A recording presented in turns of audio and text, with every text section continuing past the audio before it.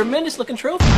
Hello, welcome to Platinum Explosion, number one PlayStation podcast in the Oceanias, episode 201. I hope you enjoyed our spectacular episode 200 last week. I still have a headache. I don't know. How about you? How are you feeling, Ash? Yeah, I'm excited to be here, but I'll tell you what, I'm still recovering. We went hard. It was massive. I can't believe what we did. Look, I'm going to be honest. Got to be real because we can't really lie about this. But we are recording this before episode 200. We are banking one, as the kids say. We're banking an episode today preemptively because I'm taking a week off. The week of I can't record the week this. So look, long story short, this is a banked episode. So that means no news. No news. Can't believe they released the PS6. Yeah, it's crazy. Well, I hope nothing crazy happens, but we just got to stay to play. I mean, if something crazy does happen, there'll be a. You can record a bonus one.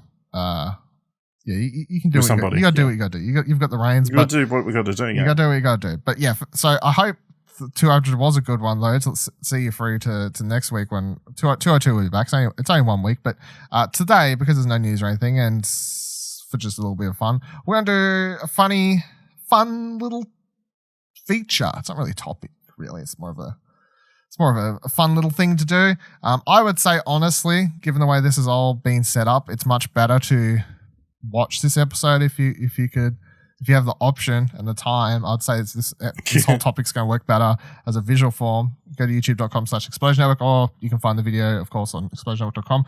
But for audio listeners, you'll be fine, okay? But the topic, feature, whatever, this episode is we're going through all of the artifacts within Astro's Playroom, and we're just going to have a look at them through the game. We're going to talk about them, quickly history if we've had the thing, stuff that we don't know about. We're going to do a quick Google to find out what the fuck it is, because I know playing through the game there was definitely a couple that I was like, I don't even know what the hell is I don't even know what the hell that is.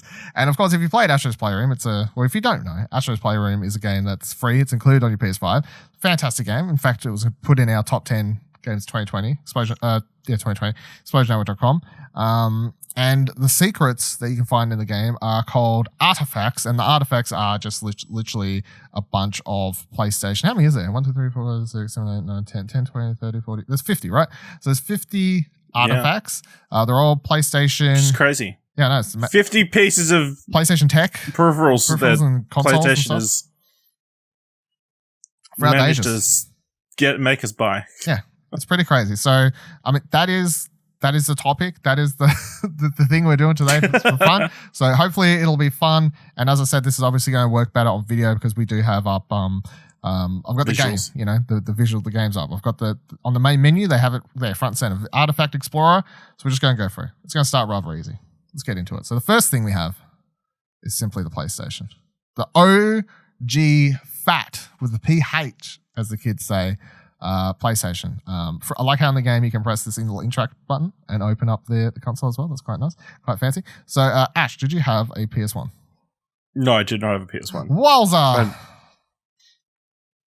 Breaking news. Yep, I'm still on this podcast. I didn't get ejected immediately. Yeah. Have you ever interacted with the PS1 at all then, anywhere? Or yes, I feel like back in the day, I don't know if this is an Australian thing or is a very common thing everywhere, but like in big retail stores like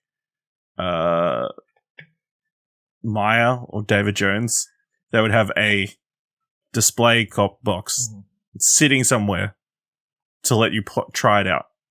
And I probably played who knows what. I was going to say, you can't remember what games or? No. Because obviously there was this long span of time. Like, I most remember like the Super Nintendo and Nintendo 64 ones. Even like the GameCube. Up till then, I saw one. Because I remember distinctly, the only time I played Mario Sunshine is like at this one David Jones that would go to regularly for whatever reason. So my parents could go shopping. We would just sit there in the toy section playing Mario Sunshine and going, man, wish this was a better version of Mario. Yeah, I'm sure that's exactly what he was doing as a kid. So yeah, I had a PS1. My first game, quote unquote, console or hardware was the Game Boy Color. PS1 was my first video game console, home console that we ever had. My dad brought one day. He brought it home. Need for Speed was the only game that he brought home with it. So that's how we played for like months. And then I got Spyro the Dragon. Was my first actual game. So there you go. So the next thing they have, of course, is the PS1 original controller, classic PlayStation piece of shit controller. I mean, at the time, obviously, you don't think about it being a piece of shit, but by God, it's like I remember trying to play. I used one a couple of years ago at a friend's place or something, or more than a couple of years ago. But I remember my friend had one set up, and I guess he found it or something and plugged it back in, and I was like, oh my God, I know. It just felt so terrible. It felt like I was going to hurt my hands to use, and that kind of continued for years, I guess. But it even says in the text here, you can handle this. Yeah, well, I can't. So next thing was PlayStation Game Disc. That's not. It's literally just a CD-ROM. Like let's not over exaggerate what this is. It's literally just a disc. PlayStation Memory Card. So long. Overnight pauses. Yeah. Oh, good job. Memory card. So do you have any memory cards? Stories? No, yeah. I had memory cards, never official PlayStation ones. Okay, yeah. So you had all the third-party rip-off things. Third-party rip-off ones, yeah. And then eventually, they'd, back in the day, really expensive, 128 megabytes of save data. Oof. Was that? Do you know like that 6, many? 7 Oh, games. that was on PS2. I guess that would be on PS2, yeah. So yeah, because I was thinking my PS2 memory cards. I had one official one, which we got from a secondhand store. Oh, look, everything we got from was a secondhand store back in the day. Games, everything. I don't think I brought anything new until late PS2 generation. But I had an official one. The grey one, that's seen here. And then I also had a rip-off blue one. I can't remember what brand it is. I know it has an F on it, but I don't remember what brand or company it would have been. And that was like double the amount of Probably memory. Defunct by this point. Yeah, probably. But I remember that was like double the memory. But the amount of time you would actually spend... I don't remember spending much time on PS2 ever fucking around with save files, but I remember spending so much time on PS1 fucking around with save files. And I think that was just because there were so many games, like especially with I can't remember how much the base memory card was. It was probably like 8 megabytes or something like that. Really small, I think. But I remember how much time you'd have to spend, like especially if you played RPGs and stuff. So I had Final Fantasy 9 and some other RPGs and then a bunch of other games you wanted to play. And the RPGs would take up like 4 of the however many blocks, because you used to have to delete save files. They used to be like these little squares in the system or whatever, and you could move them around and whatever. One of the exciting things was back in the day just opening up the memory card thing, because each save file they had like a little different icon for the game, and there were some games where the icons would change depending on what was happening. So they were certainly the fancy ones, but it's definitely funny to think back on memory cards now and be like, how big? I actually want to know, how big was the original PS1 memory card? Let's find out. It was 128 kilobytes. Wowza. So PS2 went up to 8 megabytes. So that's disgusting. That's wow. Yeah, okay. Lots smaller than I thought it was. But yeah. And it was probably like $50-$60. Yeah. Yeah. Yes. Or more. So apparently they're really rare now on Twitter. So according to eBay. So a total of 1 megabyte basically. And you got 15 blocks of memory. Yeah, okay. 15 more blocks of fucking yep, memory cards. Next thing. So this thing I've never had, and I don't know what it was for. So PlayStation mouse was a thing apparently.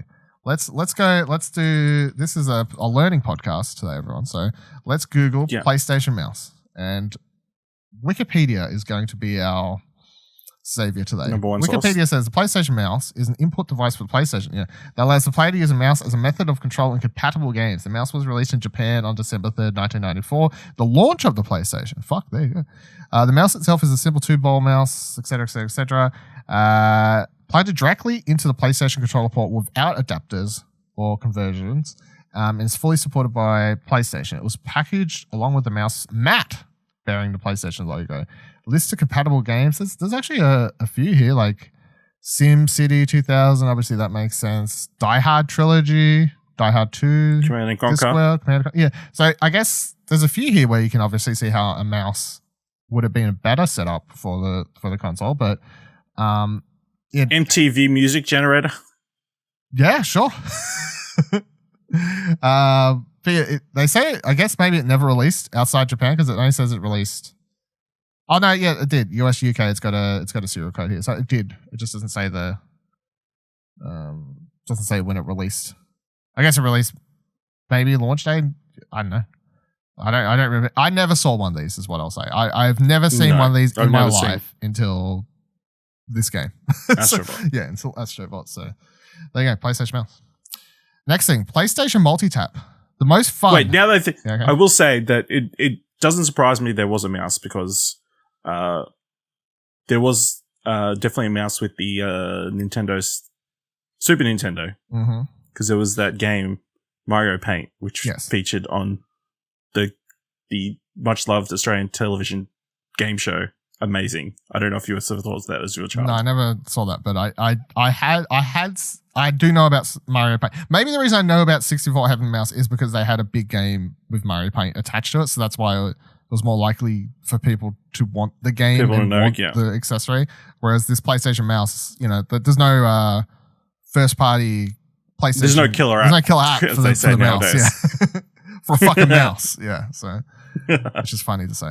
So PlayStation Multitap. So this is, I believe, just simply a memory card extension, but I'm not sure. We're going to Google it because I actually don't know. So no, it's a controller. It lets you play with 4 players. Oh yes, that's what I meant. Sorry. Yeah. Interesting design choice. Yeah, especially compared to other controllers going forward. What? I know the PS2 one was just like a block. Didn't it look basically the same? No? No, it was definitely not like an L shape. Okay, I can't remember. I never had that either, so. PlayStation Multitap was... so plug and play, 4 controllers, memory cards at the same time in a single controller port with a second multitap up to 8 controllers and memory cards can be plugged in. They do have a picture of the PS. Actually, no, I remember seeing that PS2. Yeah, I just never had one, but I do remember seeing that. It was originally available in grey to match the console's color. However, it was released in white as well to match the color of the PS1 redesign. There was a smaller version. All 3 versions are compatible with the original PlayStation PS1 as well as all models of the PlayStation 2 prior to the SCPH 7000 series. So there you go. Supported games. There's actually a whole bunch that support up to 4 players and up to 8 players. There's all the FIFAs, Maddens, NHLs, etc., etc., etc. 1 to 6 players. See, I never had enough friends to care about this, I guess. But you got the SmackDowns versus Raws and shit like this, WWF Attitude and all these sort of games you could play. Micro Machines. That would have been crazy in 8-player. Fucking madness. So I never had one, but never had the need to. I never had that many friends. I don't need this. It's not necessary. Next thing, Dualshock Controller. So I like their tagline for this is those apes can't escape now. So I'm pretty sure, and I'm gonna Google it just in. We're gonna look it up just to make sure I get my facts right. But pretty sure this release day and date with the Ape Escape was like the buy the controller, get Ape Escape with it. And that was the game it was marketed for. I can't find the answer long enough, so I'm just going to talk out of my ass. But I remember my whole story of the DualShock is that I remember having a demo disc, playing a lot of demos on a demo disc because, I finished my games. I was bored, had to wait, save my $5 a week pocket to buy another game or whatever. But I used to play a lot of demos in this demo disc that had like the opening level of Metal Gear Solid on it, a bunch of other stuff like that. And one demo it had on it was for Ape Escape. Now you booted up the demo, and it would tell you, "Hey, you need the DualShock to play this." I didn't know what the DualShock was, of course. Like, I'm a kid. I don't have the internet. I don't have a subscription to any PlayStation magazine where I'm getting information. So it just says you need a DualShock, and I'm like, I don't know what the hell you're talking about. Okay, so you got the answer? I do. Well, the answer was it didn't. It wasn't for Ape Escape. What was it for? It was released 1997. Okay. Coincided with Japanese releases of Tobal and Bushido Blade. Ape Escape didn't come out till 1999. Fucking hell. See? My history's warped. Little kid. Don't know what's going on. Yeah. It's just because it was on that demo disc, you believe that was tied in. I've never. The whole charger's a lie. As I just said I was going to talk out my ass. I wasn't, because I couldn't find the answer. But there you go. That's why you're here. You're here to do the backup research. No, but yeah, it says here they conceptualized it after learning of the development of the DualShock. So yeah, because Ape Escape was 100% built to be a game that just took advantage of the thing. Yeah, it was the first game that required the use of the DualShock for gameplay. So so as a kid, I had no idea what it was. I would boot up the demo. I could run around. I could move, I think, or something like that. But the second it was like move, crazy. The second it was like, and move the right analog stick because that would use to throw your net down in any 360 degree around you to throw the net down to try and catch the apes.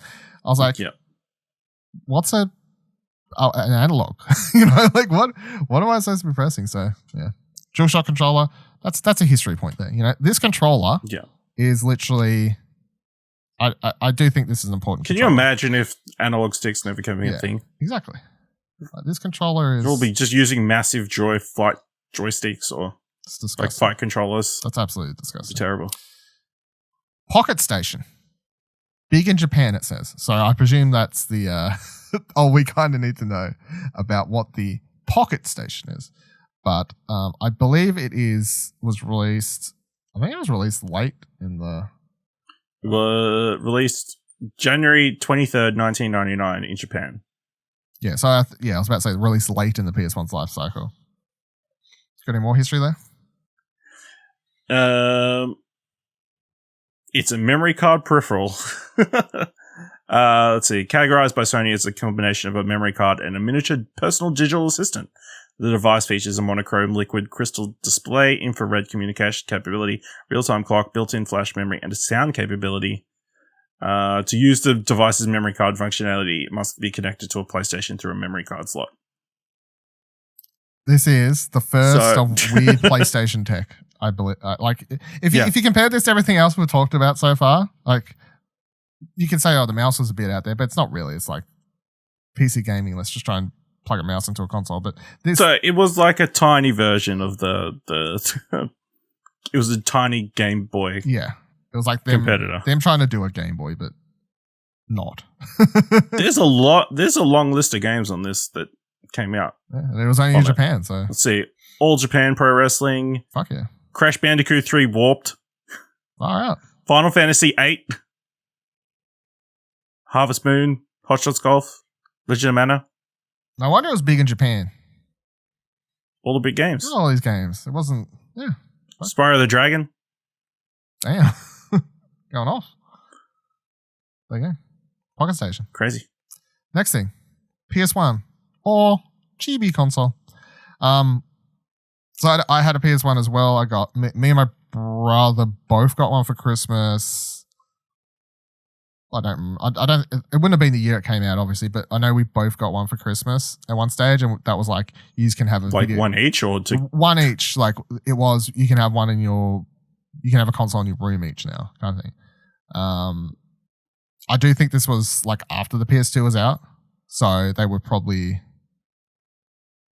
I assume they were a lot cheaper by then because this was after the PS2 was out, but it's like the PS2 was like $1,000 and whatever, and we wasn't getting a PS2 for a few more years at this point. But yeah, so this was my first console I ever had in my bedroom, and I will say now because I don't think it's going to hurt my everyone. I think this isn't weird to say they were both we both got PS1 consoles that were modded, so they could play burnt video games. So that was the getting this console, we both got modded ones, and that also opened the floodgates to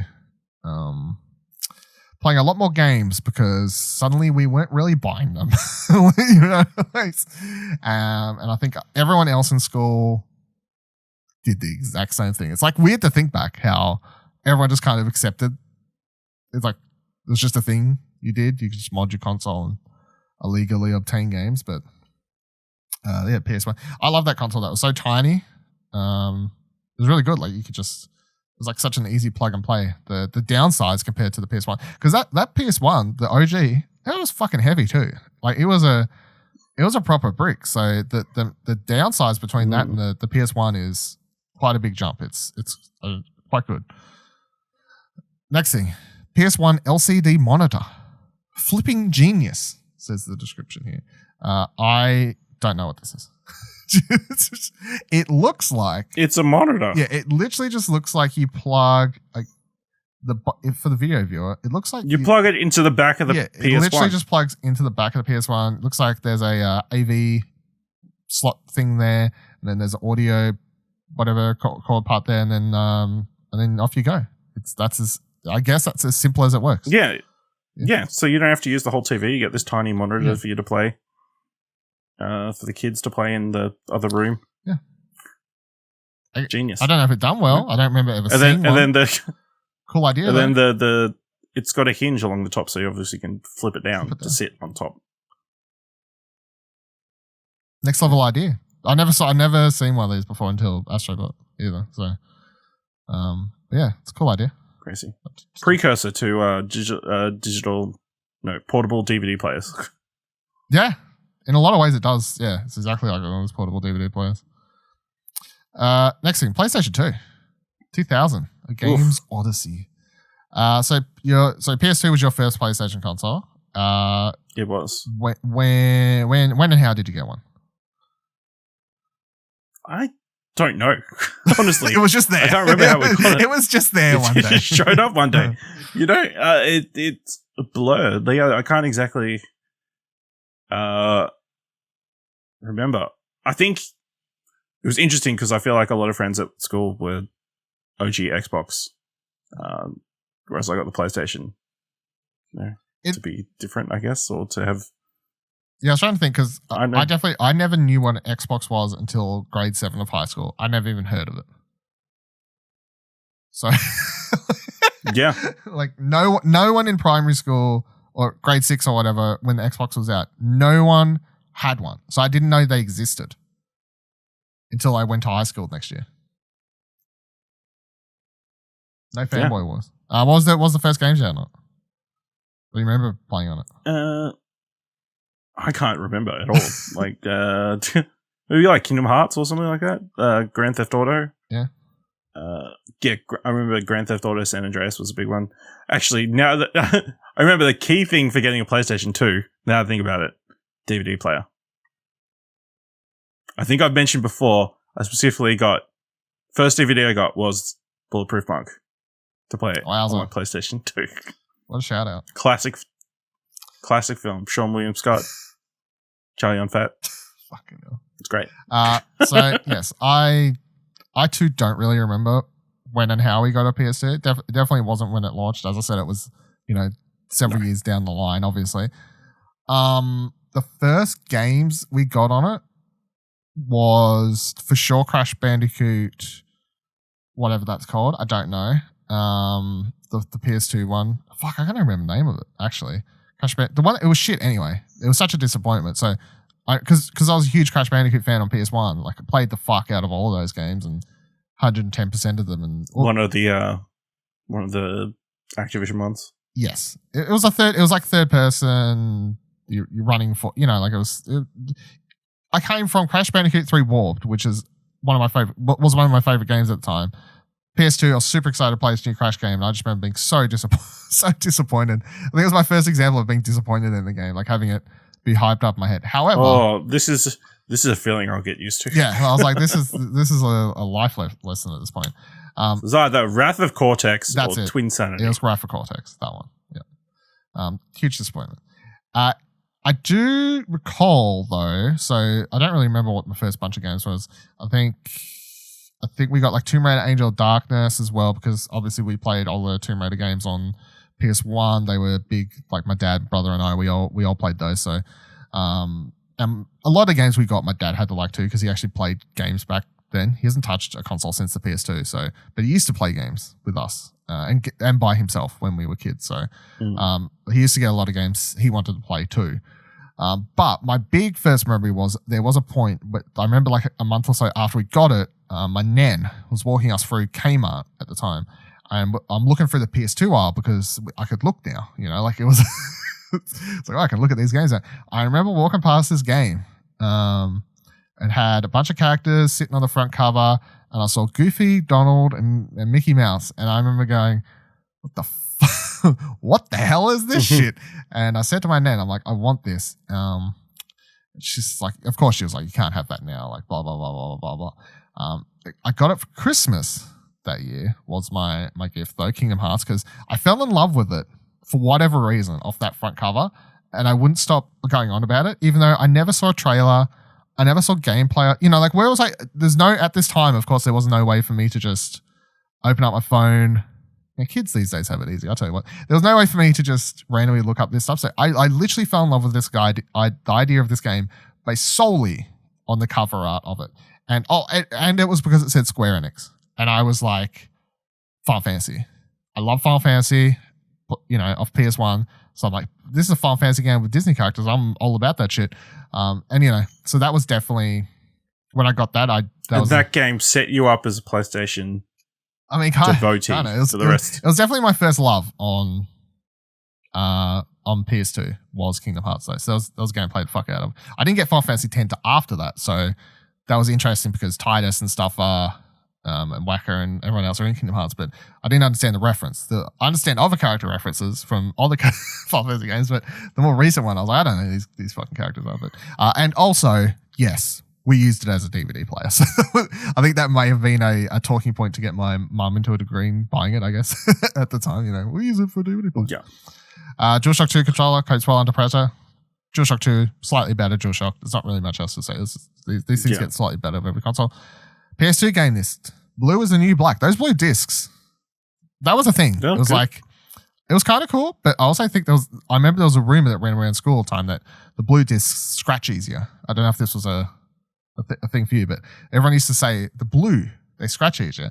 I think it was maybe because you could just notice the scratches easier. Just notice it, yeah. But everyone was then, all the people in school were like, don't get the blue disc. Because in case people don't know, blue discs were the release, the main release, but they still had the silver discs for the silver cased ones, like when they sold over 100,000 units or whatever it was, and they would print the PlayStation hits or whatever. Yeah, bestsellers, whatever they called them at the time. So I think I only had one blue disc, maybe two ever, and they were all secondhand. Because the only games I ever brought were secondhand games, and if I brought something from Kmart or Target or whatever new, it was a PlayStation Hits game because it was cheaper, like that was the thing. Like my Kingdom Hearts copy for Christmas was the PlayStation Hits copy. It wasn't the blue disc or anything like that. So, my first blue disc I ever got that I remember being like, wow, that wasn't secondhand, was Kingdom Hearts 2, because I got Kingdom Hearts 2 launch day. That is the first game I ever got launch day. I remember seeing it on a magazine cover, and I knew when the date was coming. Then I got excited, and then I could budget for like a year, saving my pocket money, and I saved up. I think it cost I actually think it cost $120 at the time. I'm not even joking. I actually think we've kind of reverted to how much games was costing at the time, because I remember paying like $120. I also remember paying $120 a couple of years later for like a Harry Potter game. So if that I was getting ripped off out here, I don't know. PS2 memory card. We'll say other important PS2 game before I forget. Ratchet & Clank Arsenal. I feel like I played that game over and over and over and over again because obviously it had that endless loop kind of thing where your power, the guns would get more important. That's going to be important going forward for our next time. For sure. Yes, there's a lot of I could do. Maybe we could save downtime, but there's definitely a lot of. If we do an entire episode focus on PS2 games, because there's a lot from Jak and Daxter, Ratchet & Clank, Sly. There's a lot of cool games on the PS2. PS2 memory card, it's bigger. It's 8 megabytes. PS3 Multitap, as I was talking about before. Yep. This does look a lot better. Like, for people looking at the video version, the PS2 Multitap does not look like some weird L-shaped thing. It is straight up just a square block. It's just a block. Yep. And it makes sense. You've got a cord. You don't need to plug it actually onto the console. Yeah. I don't think it was plugged into the console. I think it was just the multitap would have come out a little bit and then it was L-shaped so you could like spread each other's cords out.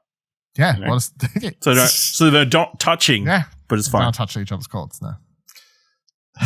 No, that would be bad, but yeah. Next thing, PS2 network adapter. So this is a thing where do you get the Wi-Fi signal? I don't see it. It's you don't. Yeah, you can't. You had to Ethernet it. So I did not have one. I knew someone that had one, and I always wanted one because I had a copy of. I can't remember what it was actually called. It was a Battlefield game. SOCOM? No, it was like Battlefield something or other. And every time you booted up, it was like plugging your network. Like it was obviously a game that was targeted towards being online. I used to just play it versus bots. Like there was no single player campaign, no storyline. It was just meant to be this online game where you could play versus bots. And I just played versus bots. But I did have a friend who had one. But this person I always referred to as a friend. It was my rich friend in primary school who had all the cool toys. You know, like everyone's got that friend who has all the shit and whose parents are richer and could get all shit. This was that friend. But yeah, he had one. I don't really know. Can't remember what playing. Maybe it was like Tekken Online or some shit. I remember like some fighting game was online, but don't remember. But it's funny though to think that there was a network adapter released to get your console online, like in the scheme of things. iToy camera keeps your granny entertained. You know how else it kept entertained? Me. Kept your boy Dylan entertained. I had an iToy. I had the little Furby game, whatever it's called. iToy something. Fuck, I can't even remember what the. I had a bunch of the other ones. Like there was like a whole bunch of mini game ones where you'd have to stand there. It'd be like, oh, you're behind the window and you've got to like clean the windows. And you had to like wave your hands around and clean the windows to get high scores. And they were all like super simple. Obviously, nothing crazy. There was no like move controller equivalents or whatever. So all the games were just built around mechanics where as long as it saw something pass a part of the screen, it could interact with part of the game. So those games where you could like kind of hit things, but it was nothing crazy. But I definitely did play 5 to 10 games on iToy at least. So, and I had a lot of fun with it. So there you go. Shout out. Never had an iToy? No, never had an iToy. Rip. Didn't even have a camera until PS4. I don't think so. Damn. So you have an OG camera. And I only got that because I needed it. I think I've had everyone so far. VR, we'll find out soon. I think I've had every camera there. Singstar microphone. Your neighbors will be thrilled. So I never had Singstar, but my friend did. And this same friend continued to buy every single Singstar throughout his whole life. Him and his sister, they were both obsessed with it. They used to just play Singstar all the fucking time. So that was the thing. Of course, the Singstar controllers basically stayed the same throughout the majority of their releases. Obviously, the technology got slightly better and whatever else, but Singstar's big. Like I think it's hard. It's easy to look back now and not realize actually how big a release and big for PlayStation Singstar was at the time. But Singstar was huge up until the PS3 generation. Yeah. The PS3 release of Singstar was the last big one, and even that one did. I think it was just straight up the last one, but that one was really good as well. And a lot of people, that was the one they released DLC songs for like years, I think, at some point. But Singstar was massive. Did you? I would assume Singstar wasn't. You weren't sitting in your room karaokeing away, no. But. Weren't sitting in my room singing out. No. But kind of a peripheral or kind of adjacent to it, obviously. And I don't think it's included this. It's like Guitar Hero, and the full. I think it was 3 or 4 had the full band set up. That's something I want to play a lot of, obviously with brothers. So, you can all play a different instrument, that kind of thing. Was on PS2, it was 1, 2, and 3, I think, Guitar Hero. Yeah. And I think after that, I think 3 was re-released on PS3. It might have come out at the same time. Yeah, or something like that. But yeah, 1 and 2 were definitely the PS2 original ones. PlayStation 2. Also, quick look. Yeah. Oh, I was just searching. Yeah. iToy Play sold 4 million copies. Fucking hell. Is the 18th highest PS2 selling game. There you go. So I wasn't playing a niche game. I was playing a cool game. No. Definitely. Mainstream game. I was playing a mainstream game. Yeah, there you go. PlayStation 2. Cute kid. Looks like its mum. Again, the PlayStation always did really... I had one of these as well eventually. No, so I didn't have one of these until the PS3. When the PS3 was already out and this was like several years into the PS3's life cycle. So I already had one well going. But I eventually got one of these because my girlfriend at the time's brother was trying to sell his PS2 for like $50 or something. And I brought it so I could play PS1 and PS2 games. And because it was so small, I was able to plug it in my room with the PS3 I had at the time. So, but I never had one upon release or anything. But no, again, it's just really cool. It is a cute console, and it's PlayStation consoles that release are always so fucking ugly, and then the chibi versions or whatever as they call them, and that's their words, not mine. They're always so much cuter and stuff. So yeah, did you ever have one of these or no? No, ever upgraded, whatever. No, why would you need? They take up way less space. They're like less noisy. They're valid points. The PS2, as I said, because it was the last console my dad ever cared to play or whatever, that stayed in the lounge room until like PS4 generation. So like there was, this is the one I put in my room. Next thing is Buzz Controller. Let's get quizzical, it says. Man, shout out to Buzz. That's a franchise I'd love to see return to somewhere. How is that franchise they haven't touched again? I don't know. Especially in this mobile phone era where you're letting Jackbox take all the they take all the credit. I think that they tried to nearly do it with that stupid. Remember they did that trivia game? Yeah, but they didn't use Buzz. But it wasn't Buzz. Yeah. Why wouldn't you just use Buzz? I don't know. But Buzz, in case people don't know, Buzz was straight up a trivia game, which they released a lot of these fucking Buzz games. By the way, there was like different categories and stuff and whatever else they released because you didn't have DLC at the time, so. They used to release a lot, and I presume they made a lot of money. But it was straight up hosted by a character called Buzz. He was the most stereotypical TV host character, and it was great. And it was just a perfect family game where you plugged in the 4 Buzz controllers, and it has the options for 1, 2, 3, 4, and then the big buzzer for you could slam down and stuff. And it was great. It was good shit. There was definitely a period of several years there where Buzz would have been. I'd be highly surprised to find out Buzz wasn't some of the highest selling games for at least a couple of years there. Because everyone had it. Let's see. You know what I mean? Like, I feel like everyone had Buzz. How can you not like trivia? So it was 8 main Buzz releases between 2006 and 2009. Sounds about right, yeah. Because there was always a new one. There was always another one. They had the Buzz Junior series as well. That's right. Yes, they did, yes. Did you have Buzz? I take it you did by your action or no? Yeah, I had Buzz, yeah. Get all those controllers all tangled up. Yeah. They're all wired to the one port. Mm-hmm. Great stuff. Yep. It's the one bad thing about cords back in the day, yep. Next thing. PlayStation Portable loves being held. So yes, I did have a PSP. I loved my PSP. My PSP lived with me throughout high school. I think I've told this story on podcasts before where I hated maths. I still hate maths. Maths is a shit subject. However, I was able to pass all my tests somehow because I guess I would pick up enough precursory knowledge by sitting in the classroom. I'd get a passable mark. And because of that, and because I wasn't going to cause as much fuss as other kids in the class, my maths teacher just let me sit in the back of the room and play my PSP every single lesson as long as I passed my tests. And I did. So I played PSP in my maths class for grades, 9 or 10 or whatever it was that I had that teacher. And that was my biggest PSP years. There's games, I was sitting there playing games like Crisis Core and stuff like that.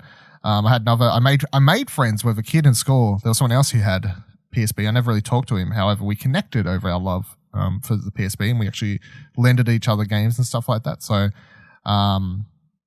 great console. I never had any of the movie things though. So straight up, I don't know how they worked. I never brought one. Never gave it a go. Thought it was fucking pointless. However, one other side tangent story I'll say is, that's around the same time I started listening to podcasts for the first time. Started hearing about podcasts. IGN1 and stuff like that. But the thing that actually got me into wanting to look up podcasts, and of course this makes sense if you know the origins of my fucking Twitter username and stuff, but I found out that you could download. Bam Margera at the time was doing a Sirius FM radio show. Like Sirius was, and a lot of big celebrities or like alt celebrities or whatever doing Sirius XM. I can't remember. It was Sirius XM, FM, something. A lot of them were doing this. Sirius FM. Yeah, but it was like, you could download them. Like you could listen to them later type thing. I was like, oh. Crazy. Yeah, I was like, what a concept. So I don't have to tune in at like 2 o'clock in the morning? Yes, no, it's mind game. So I used to download all those episodes. I found a website, whatever I bookmarked it through the internet browser on the PSP, and then I would download them to that, and then I'd listen to them walking to school with the headphones plugged into the PSP, because that was easier than trying to work out how to download them. Because I couldn't connect my phone at the time. Like the phone I had didn't have an internet browser directly that could. Well, there was a reason I couldn't do it with my phone at time. I would have had to download it. I would have had to download it on my PC, now. And I would have had to transfer it to the SD card on my phone, but I couldn't, for whatever reason, I couldn't download it directly to my phone. So that was another thing my PSP was good for. Did you ever have a PSP? No, I never had a PSP. Yeah. PSP is 2004. Oh yeah, the MP3 boom was starting around then. It's MP3 player boom. It was. I think I would have got an iPod maybe a little bit after this. Like I definitely had and then I switched to listening to stuff on my iPod, obviously, but yeah, I didn't have an iPod. I got a PSP rather early. I remember I don't think I got it at launch. I think I probably got it maybe 9 months after launch or something like that, roughly. I had to save up again. I knew when it was releasing, and I saved up my money because it was the thing I really wanted. Like I saved up all my birthday, Christmas money and stuff for like a year or so there. So I had it quite early. And it was a thing I was really happy with. iPod I didn't get till probably, I got a first gen iPod once it was already several generations in probably, but next thing is Psp Umd. Ridiculous, but they were kind of cool. It was like the fact it was a mini disc, like it's a mini disc inside this plastic case. Yeah. Like it was always kind of cool to chuck a new UMD in.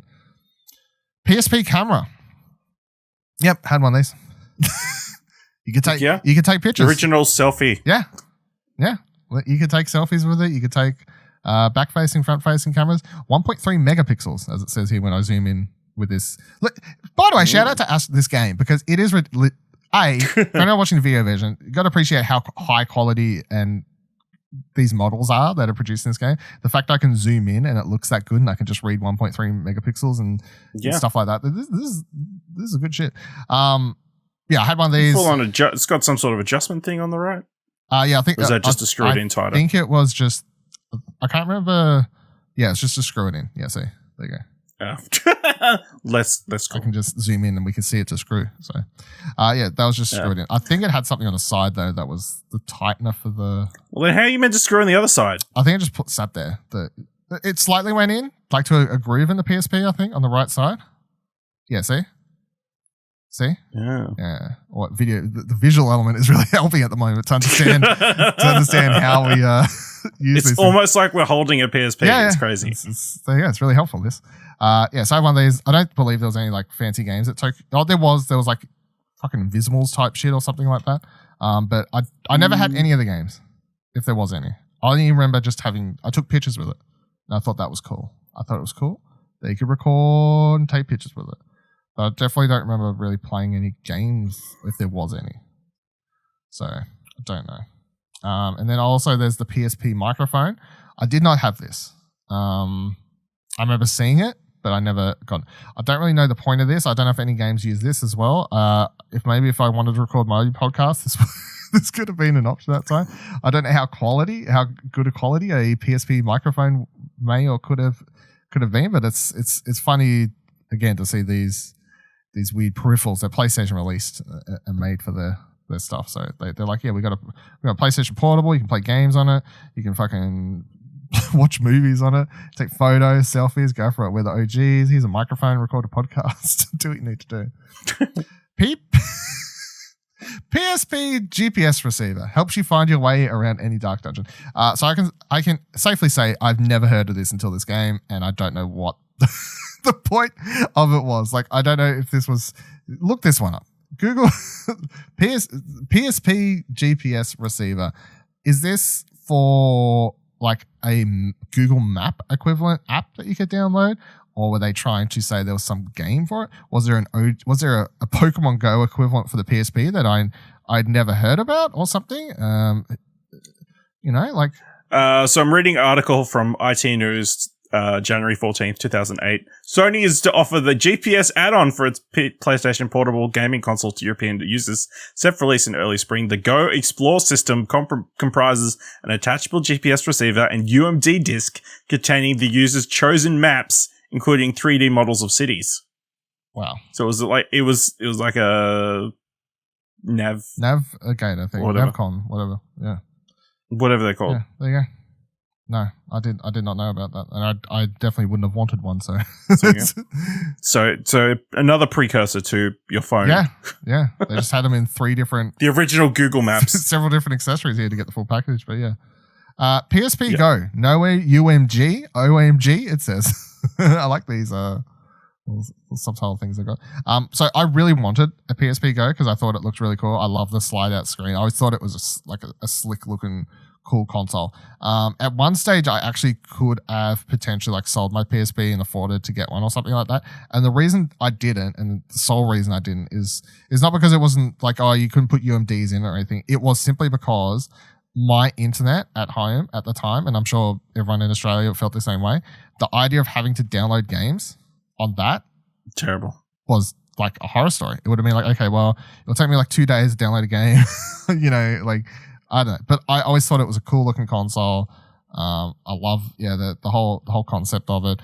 It's really interesting. This was so ahead of its time, really. This was PlayStation just really going all in on this whole just old digital system. It's just interesting to think about in where we're at now, where maybe if they released something like this, it would be accepted easier. I don't know, but it's a sleek looking console. PlayStation 3, with great power comes this big ass fucking console. Ridiculous how big this thing was. So this is the OG one they've got in the model here for the video viewers. So I never had this one. I had I know if you look at it on paper, they all look the same. It's a big fat PS3 console. However, the original release did have this extra part where you could put in SD cards. You could put in the whatever it's called, the PlayStation Pro memory card slot thing that you used to put in your PSPs.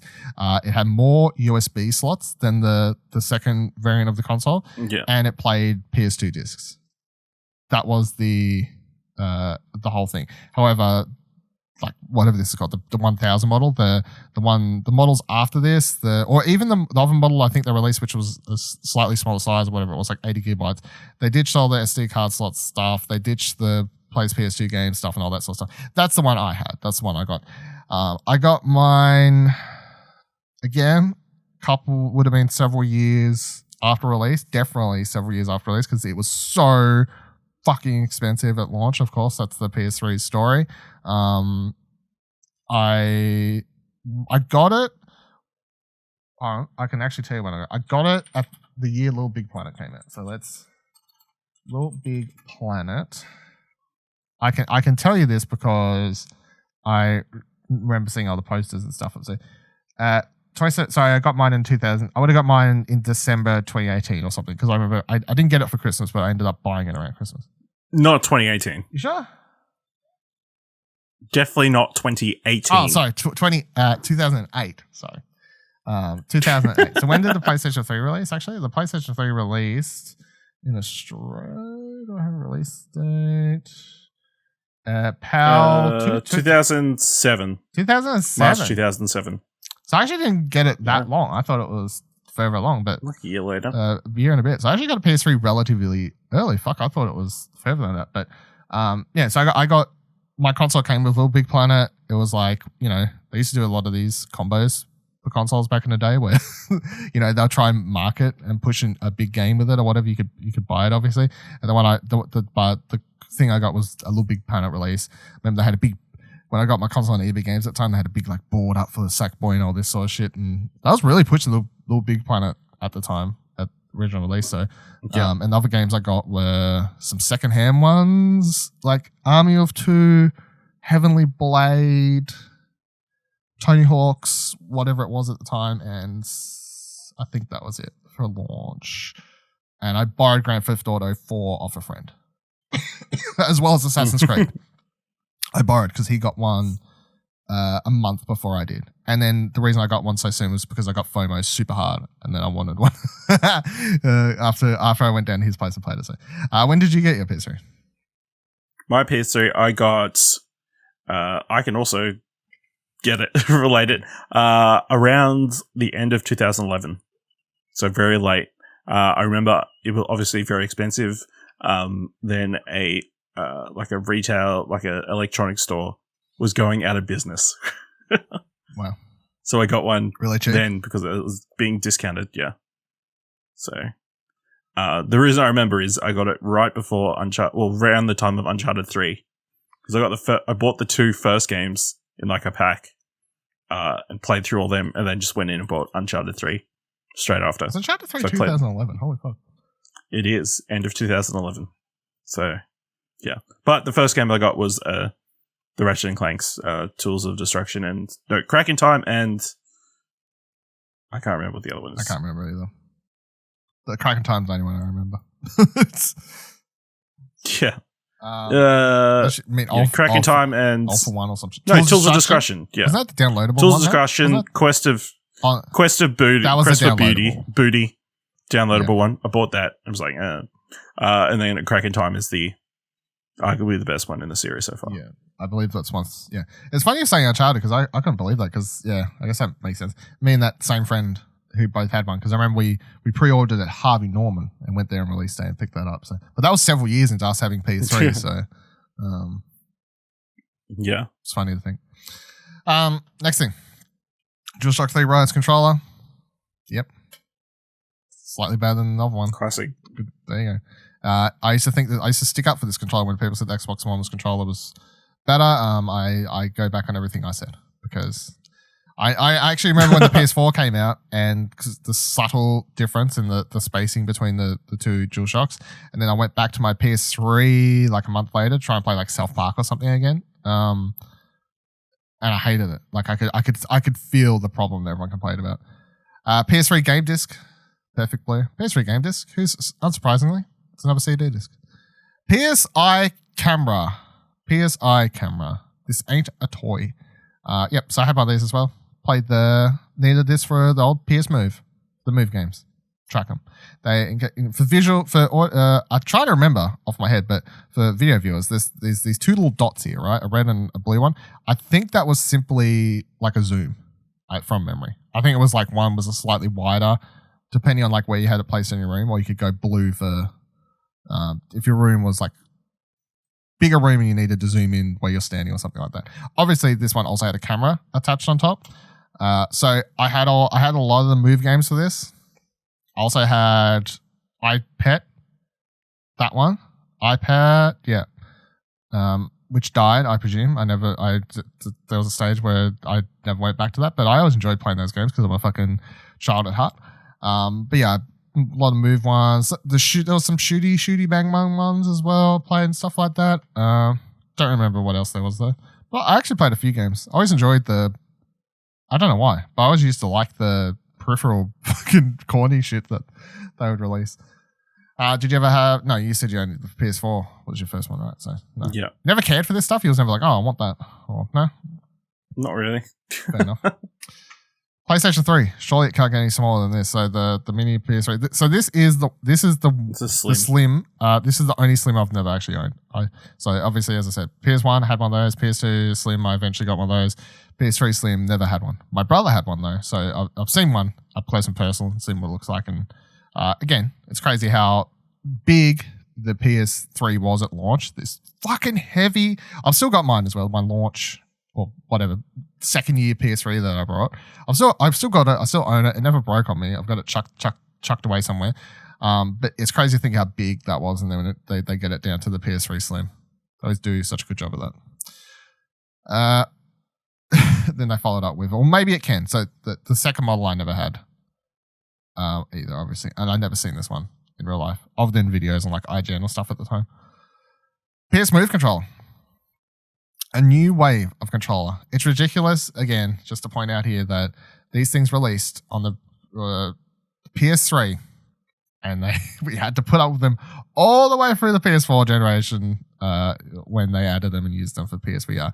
And I would also like to point out at least one good thing about them is that, as I just said, I played a lot of Move games on the PS3. I've actually played quite a few and put a lot of hours into using these controllers. And I use the exact same controllers with PSVR. And I've had the same 2 Move controllers since Move launched, and they never broke on me. So that's the one positive I can give them. They never broke on me. Never had to get replacements or their batteries fucked or anything. So they did their job, I guess, in that part. You wouldn't have got these until you had to get these from you got these. I had to get these for PSVR. Yes. And you probably paid more than I did at the time. I don't know how much it cost when they launched. Maybe they put the phone. I don't think mine has the whatever it's called. What? The attachment. What attachment? Wasn't there was like a second part. They probably have it. Something with the thumbstick. Yes. That's it. Yeah. So I had this as well, obviously, but you didn't need this for PSVR. The PS Move navigation controller. I only think there was maybe 1 or 2 games I played with this. Like I think there was the Dead Space one I needed and something else, but for the most part, it was either just one move or 2 moves. At least from the majority of games I played, the nav controller wasn't really needed. However, I did have one, yes, but you didn't need it for PSVR. No. PS Move shooting attachment. I still have these. I could get these within 30 seconds if I wanted to. They're actually relatively close so I use these on the PS3. It's funny to think this was the thing when I was playing Astro Bot, and I was like, wait, they were an official PlayStation accessory, because I remember buying them and just assuming it was some third-party invention or whatever, but I was like, fuck yeah, I need to have this. This is going to help heaps. But yeah, I brought these for a bunch of the shooting games on PS3, and it was a great little gun, like accessory. Like the Move controller just fit in there like super snug. You could touch the buttons on the top here. You could you could open up the back part. This little rubber part here, and you could plug in the charger there or what. Like you didn't need it was really good. Like as far as accessories that help you play, like you didn't need it to play games, obviously. But if you're playing any of the shooting games, the fact that it had this trigger and everything, great. And I use these with PSVR as well. Like I remember playing when PSVR released, and I got that, and I was playing Until Dawn, Rush of Blood on launch day. I went and found these because I was like, I think I booted up the game and I was playing it and I realized what kind of game it was. I was like, wait. And I dug into a box or whatever and I put out these, and that's how I ended up playing Rush of Blood as well with these, which made playing Rush of Blood a lot better with a little gun accessory. So there you go. PS Move Sharpshooter met with resistance. I never had this. So this is surprisingly something I never actually had. I remember wanting it. Shock. But because I'm a sucker for the weird gun shit like this, but I actually can't even remember what game it was for. So if you want to do a quick Google on the PS Move Sharpshooter, for audio listeners, this thing is a humongous beast of a gun accessory that you would plug the PS Move, the one that everyone has now for PSVR, that part on top with the glowy end. But you also had to plug the nav part of the controller into the bottom, and from memory it was, so this is version 1 of what they would actually release for PSVR later, and basically the bottom part here where you plug in the nav controller to move your character in the game, because it's got a little analog stick and it's got the X and circle button and stuff. When they released the aim controller for PSVR, it just has that built in, but otherwise this controller is very similar, is obviously like sort of version 1 of what would become the aim controller for PSVR some years later. What do you got for me? Yep. So it was announced December 9th, 2010 on the PlayStation blog. So it was released concurrently with Killzone 3. Cost $40 American, I'm assuming. It also was compatible with Killzone 3, SOCOM 4, Time Crisis, Rising Storm, and Dead Space Extraction. Time Crisis is probably the one I remember seeing it for. I assume out of those would have been the one I would have been most intrigued by. I did play. So I played Dead Space Extraction, but as I said, I believe I just used the controllers separately. Yeah. not in the gun. Dylan, guess what? Also this day they announced you could get a Jungle Green DualShock 3. Jungle Green DualShock 3. Jungle Green. I like how that's added in the footnotes of the Wikipedia article, is it? Is that what the... No, it's on the PlayStation. Oh, okay, you've heard the PlayStation book. Okay, fucking hell. The PlayStation Move Sharpshooter doesn't deserve a whole Wikipedia post, unfortunately. PlayStation Vita. Love to have its backstroked. What is with these descriptions? So PS Vita I got on launch day. And it was my first ever launch day console of any sort. I know it's a handheld. My first official launch day console would be the PS4, but this is my first piece of hardware, gaming hardware I ever brought on launch day. Was super excited to get it. Me and my friend at the time were actually doing a podcast and a YouTube channel together. We actually recorded an unboxing for our PS Vitas that we picked up on launch day at his house. And we did that. So that's a standout memory for you there. Don't know if that video still exists. Fuck knows, but that's a thing. I remember him being super nervous because so obviously that was my funny story. Obviously I did YouTube and I used to film videos all the time, obviously just talking to camera by myself, and then asked if he wanted youtube.com/vivalidor. So obviously I was comfortable and I asked if he wanted, because as I said, I got to podcast several years prior to this, and I reached the stage where I was like, I wanted to maybe try doing something with other people. So I asked him, and he agreed to it. But whenever we filmed anything, he was so nervous, and we was both smokers, and he used to just chain smoke though, but out of nerve, not like just smoke. Like he had to always smoke on camera because he was that fucking nervous. I'm like, come on, get your shit together. Anyway, PS Vita, great console, loved it. Picked it up day one, played the Uncharted, Golden Abyss. I actually think that was the only launch game because the launch lineup was kind of shit house, to be honest. But at least that I remember picking up on launch day. But there was a bunch of great stuff throughout its lifestyle. Obviously, it went on to become a fucking trophy machine, or like buy this game, get it on PlayStation twice and pop 2 trophy sets or whatever. But yeah, kept that company that you love in business. Yes, Ratalica Games. So, I mean, they're still kicking without it, so it's fine. But yeah, PS Vita had lots of great games, had a lot of great lifestyle. It was basically the indie station in its last couple of years. Played everything on like Hotline Miami and whatever else on there, which is funny considering it started as you can play these AAA like games on the go, including like Uncharted. Uncharted it was really good and whatever else, but it's funny to think what it became known as, considering how it was announced and revealed. I'm going to be honest, I don't know if this was a hot take, but if I was to compare my memories with PSP versus the Vita, I would actually say PSP is what I would rate higher as a PlayStation Portable, and that's just definitely because I actually think I put more time into that, and I had more memories with that, and that was more mind blowing for me at the time because like playing games like Final Fantasy VII Crisis Core and stuff, I was like on the go, like oh my god, this is fuck off GBA, like what are you doing, you shitty fucking games over here? So, did you have a Vita? I bought one much later, thinking I would use it more than I actually did. Okay. That makes sense. All right.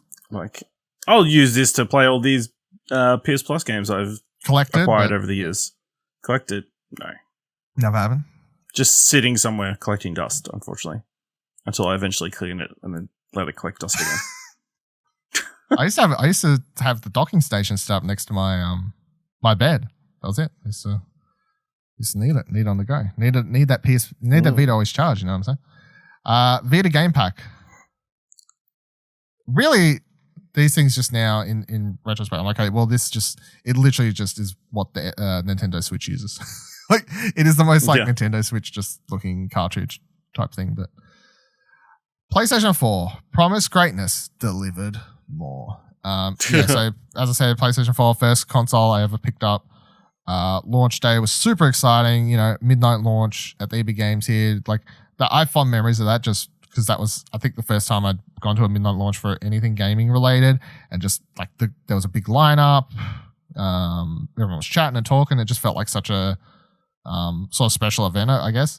And I remember coming home at whatever time. By the time I got home, like 1:45 or whatever, setting it up, putting some discs in. I got Assassin's Creed, Knack. Yeah, fuck yeah. Got Knack, Killzone, something else I can't remember possibly, but like I had like 3 or 4 games. It was definitely a case of I installed a bunch of games, press play on Assassin's Creed, played it. By the time I got through all this, press play on Assassin's Creed, played it for like 20 minutes. And was like, wow, the water looks so pretty, but fuck, I'm tired. And then went to bed after all this. So I was like, I don't know if this was worth the midnight release. It was more for the memories than actually being able to play it early in the morning. But yeah. When did you get your PS4? So I had a quick look. It was around October 2014. And when I don't remember when the PS4 came out. So what in PS4 came out November 2013. Okay. So not that long after then. Like 8 months later. No. I think I've discussed it somewhere or early days of Platinum Explosion. I got my PlayStation 4 for free as part of a phone always promotion. Wheeling and dealing over here, Ash. Yeah. So and it's still kicking around till this day. Did it come with anything, or did you just? No, just the console. Okay. So what game did you buy? What was your first couple of games? Or whatever? I don't remember. Wow. Strong memories. Strong memories. Yeah, it was probably knowing me. It was probably like FIFA or something. That adds up, to be honest. So, you know what I did? Here's my other strong memory. Day 2 or day 1 of PS4, the morning after the midnight release, I wake up. You know what I did, Ash? You know what I did? What? I went straight into that menu. I downloaded sound shapes for the PS4. I installed that sucker. I opened up the game. It popped all the trophies. I got a platinum. For my PS4 on day 1. Crazy. Because I'm a true PlayStation super nerd fan. I'm hardcore, right? That's what I'm trying to say. PlayStation 4 wireless controller. So, now, look, you can tell just by looking at this compared to other ones, like in this model, these highly detailed, great models, just how much more spaced out compared to the. I don't know how fast I can go back to the PS3. I wish I could like quick select between two. But look for video viewers. Look how close those two DualShocks, the dual analog sticks are in that DualShock 3 right there. And then let's go over to DualShock 4 and look how further they are. It's actually a huge difference when you compare them side by side. So yeah, DualShock 4 was a much better controller. Obviously DualShock 4 is kind of what we're using with the PS5, which Inception, I've got it here in my hands. Very, very similar, obviously. You still got that touchpad and all these sorts of things. So good controller. Good controller. Wow, I just realized. I'll go back. If I move the right analog stick on my DualSense, it moves the right analog stick on the DualShock in the game. Oh shit! PlayStation 4 Slim. Never had one of these either. So, my brother did though. No? Why? I didn't need one. Yeah, why do you need one? Well, look, if I was rich, I probably would have just upgraded because, fancy thing. Maybe I don't need it. My brother got one though. In case you're not gathering, my brother never gets consoles until the Slim version releases, and they're cheaper because that's why he had a PS3 Slim. That's why he has a PS4 Slim. I assume he won't get a PS5 until the fucking Slim variant or something like that. So, again though, I mean, look, the PS4 wasn't actually that big in retrospect. It is quite big, but compared to the other consoles, maybe it's not as big. So, I don't know. PlayStation camera, the perfect fit for Playroom. So yeah, had this. I picked this up for the PSVR. That's I didn't have one before that. I picked it up solely to use for PSVR, and I've still got it somewhere, I guess, for PSVR. Not in this room now. It's in a different room. So I presume that's what you did. You picked yours up for in use in PSVR. Yeah. I don't think I haven't got this one. I don't think. What? This is isn't it the same one? PlayStation camera? No. Is the PSVR one different? I think this is a different one. I think they both work with it though. Like, yeah, I think it's just a different camera. Because I brought mine. I would have brought mine maybe 6 months before the PSVR releases because I did that whole. I saw it cheap somewhere and I just brought it instead of waiting to buy a new one. Would have cost more. So yeah. PSVR headset.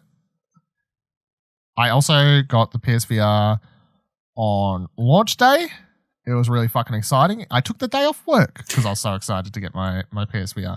I do not regret. Obviously, I have a lot of problems with the PSVR now and how I think Sony's treated it. You should listen to episode 199. We talked about it a bit in that, obviously.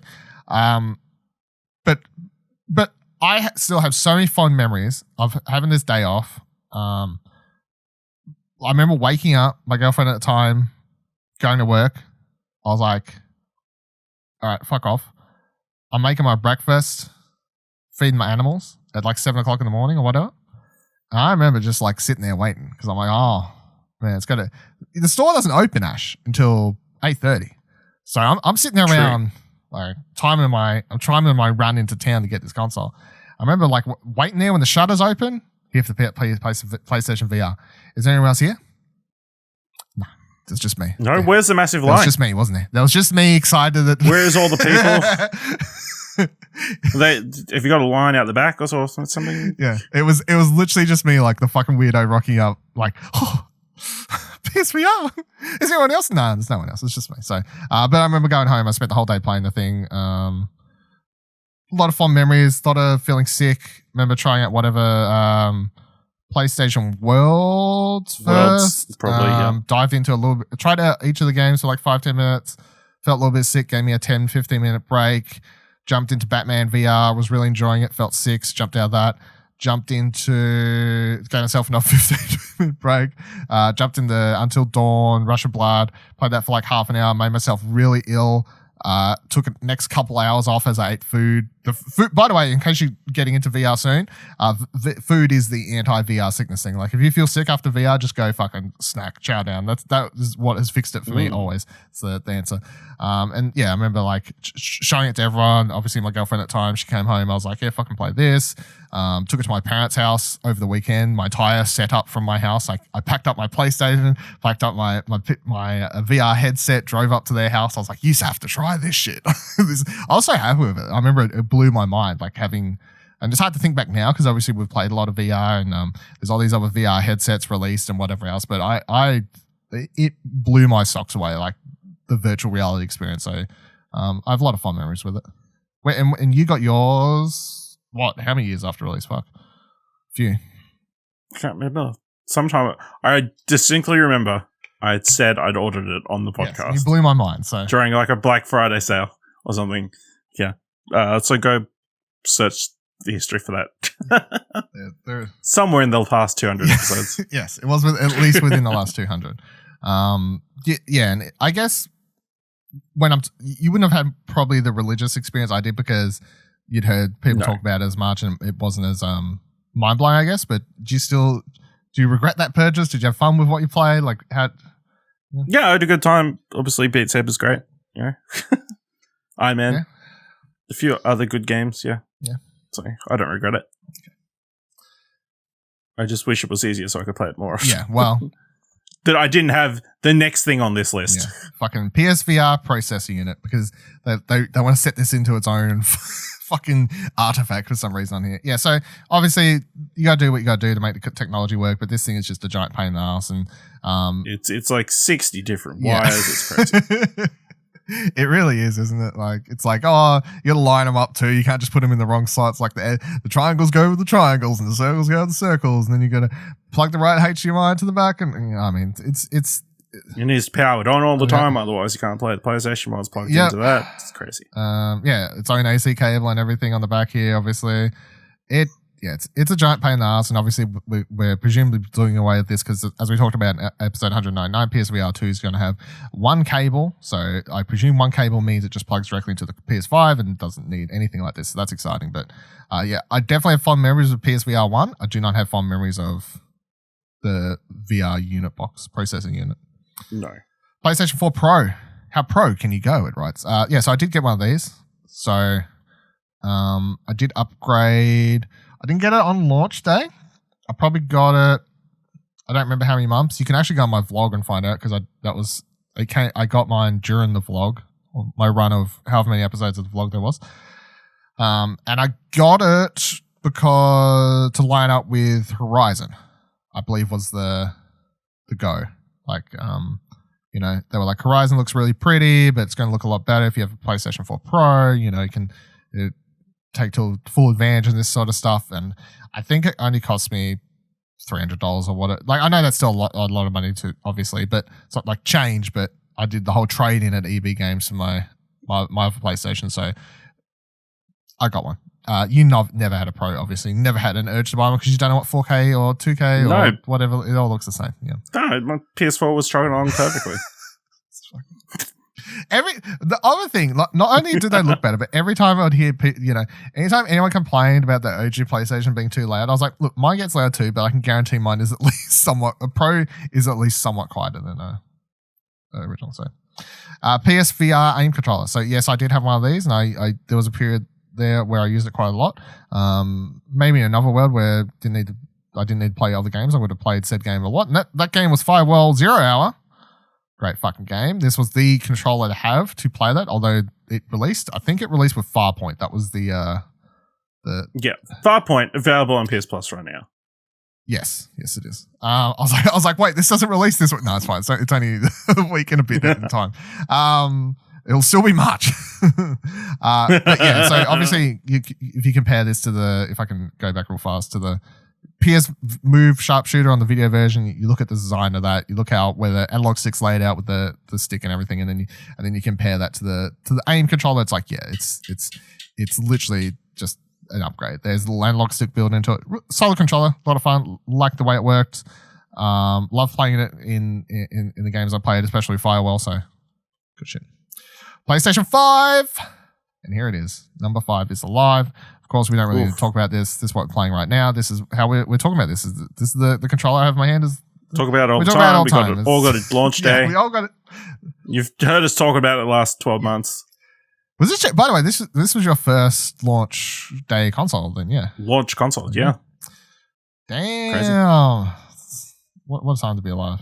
And then here's the DualSense controller, which if I hold up in the bottom of the screen, I can do Inception because it's in the game and in my hand. And also, for video viewers, look how good that model is. It looks exactly like the real one in my hand. That's insanity. Come on now. That's twin insanity, as I say. HD camera. I still don't have one of these. You still don't have one of these. And I doubt either of us will be buying one unless they're like, you need one to play the PSVR 2, which I'd highly doubt. I believe this is solely for streaming purposes, which is fine. That's good for people who don't have PCs or whatever and still are streaming. Handy. Pulse 3D wireless headset makes things sound as good as they are. Or they introduce video chat in the game somehow. Or maybe that's a thing, yeah. So, but other than that, it's like I highly doubt I'll ever get one. Pulse 3D wireless headset. Apparently they're really good. I don't know if I would ever get one. Yep. Maybe I will down the line one day if my current headset shits itself or whatever. And that's it. That is all 50 of the PlayStation. Can we talk about the Forgotten Child? What's the Forgotten Child? They refused to include Wonder Book. It wasn't an official PlayStation accessory though, was it? Yeah, it was published by Sony Interactive. Wow, was it? I thought it was published by someone else. Fuck, there you go. It was developed by London Studios. You're right then. The proof is in the pudding. The fact that that's not an artifact just shows that they really just want to forget. I can't believe they're gaslighting us about this Wonder Book. I mean, I've got 2 Wonder Books, so you can't say I'm not a supporter. You included the PlayStation mouse that nobody anywhere except Japan had. I mean, to be fair, all these other accessories that we looked at, they had like a lot of games. List of compatible games on Wikipedia. All those were successful. Wonder Book, list of compatible games. Book of Spells, Diggs Nightcrawler, Walking with Dinosaurs, Book of Potions. It had 4 games, all of which I own and are in this room. You were gonna stream all of them? That was the story? But then so many things kept getting in the way and whatever else. Just one day. I mean, anything's possible one day. I definitely haven't got rid of them. They're still around, so it's anything's possible. But yeah, no, you're right. They really fucked that. Hey, anyway, that was this week's special episode of Platinum Explosion, episode 201. So I hope that was entertaining. I actually found that was quite fun. That worked out better than I thought it was in my head. That was, given that was an idea, I last night slacked over the Ash. I was like, how about we do this? And he was like, yeah. I was like, I don't know. At the time, I'm thinking, I hope we can get some good conversation it's out of it. like more than 10 minutes. Yes. It's like, we got over an hour. So it was good. It was a good console. Yeah. So that was good. So thank you for joining us. Of course, you can Tell us any of your memories, thoughts about said consoles or accessories that we've been talking about. You can do that on our Discord, explosionnetwork.com/Discord. You can do that by tweeting at any of us. You can find all our Twitters by heading to explosionnetwork.com/Twitter. If you thought this was an entertaining episode, or I'm just going to say it again because I'm just searching for money at this point. But if you enjoyed episode 200 and would like to celebrate the 200th episode, explosionnetwork.com/support, and you can send us as little as $1 and or more to celebrate Platinum Explosion hitting 200 episodes. Massive celebration. And I hope that episode was good. I hope this episode was good. And until next week, remember, every trophy counts. I got 200 platinums. Playtime this is out. Yeah, fucking go me. Bye. Maybe. Don't say that. Hey, don't forget you can subscribe to the show wherever you're currently listening, and you can drop a review if you can. Find more great shows like this and more content over at explosionnetwork.com. And please consider supporting us for as little as $1 over on our Ko-fi page by heading to explosionnetwork.com/support. Thanks for listening.